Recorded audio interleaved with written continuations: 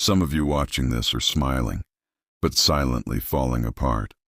They told us to be strong, to hold it in, to smile through storms like the sky doesn't eventually break, like thunder doesn't need to be heard. But the mind keeps score. Mental health, not a whisper, not a trend, not a phase. It is the foundation beneath every breath we take, the silent architect of how we feel, think, act, relate, survive. And yet we ignore it. Dress wounds no one sees with laughter that doesn't reach the eyes. Call exhaustion normal. Call anxiety just stress. Call sadness a bad day until the bad days start calling us back. Listen, mental health has many faces.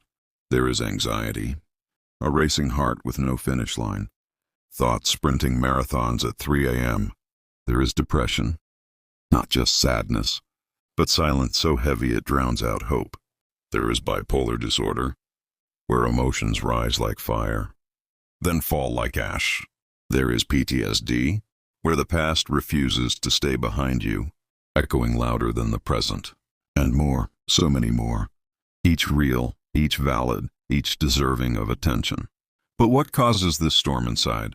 Sometimes it's life itself. Loss, trauma, heartbreak, pressure to be everything at once. Sometimes it's biology. Chemicals misfiring like broken signals in the brain. Sometimes it's environment.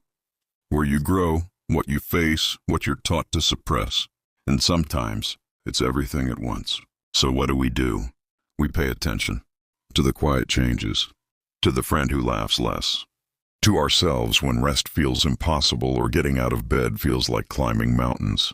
We speak up because silence is not strength, and asking for help is not weakness.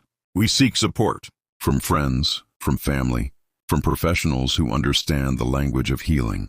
We care for ourselves, resting without guilt, moving our bodies, feeding our minds with kindness instead of criticism. We break the stigma, because healing cannot grow where shame is planted. And most importantly, we remind each other, you are not alone in this, not in your anxiety, not in your sadness, not in your healing. Because mental health is not just about surviving, it's about learning how to live again, fully, freely, honestly. So listen to your mind, to others, to the signs we were taught to ignore. Because when we start paying attention, we don't just save minds, we save lives.